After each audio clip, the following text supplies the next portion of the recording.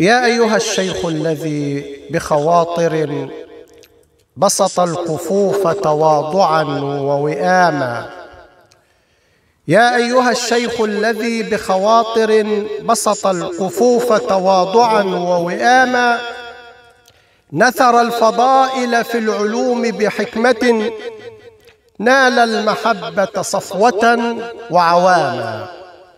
قد فسر الآيات، قد أهدى لنا علما تناثر بالكتاب سلاما. يا أزهريا قد تألق نجمه، نور تلألأ كم أزال عتاما.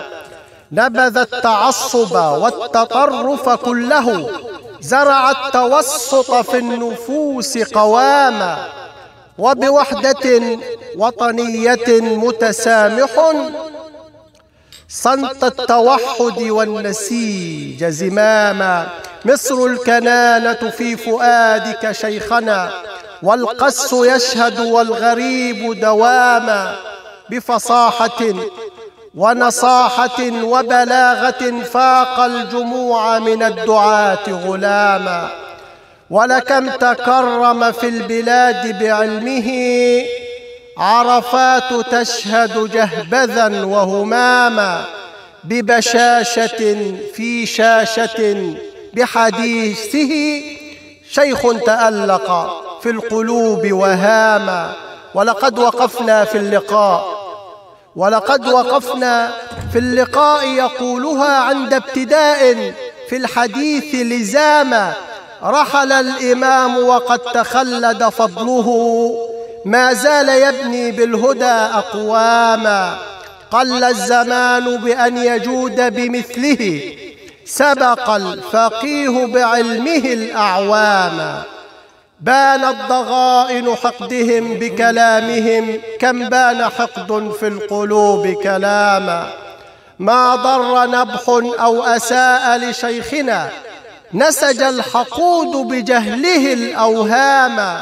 صوت تأجر كي يهين رموزنا، صوت يؤدي بالنقود مهاما.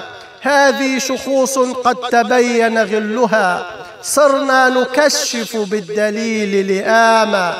مهما لسان قد تطاول بالأذى، صد اليقين عن الكريم سهاما. فلأهل علم إن رأونا هفوة، ما ضر بدر أن يكون تماما.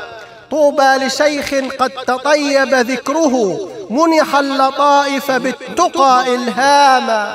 يا شيخنا يا صوت حق قد علا، إنا نراك معلما وإماما. لا تبتئس من حقدهم، تبا لهم، إنا نراهم في العيون هواما. إنا نراهم في العيون هواما. شكرا لحضرتك. شكرا.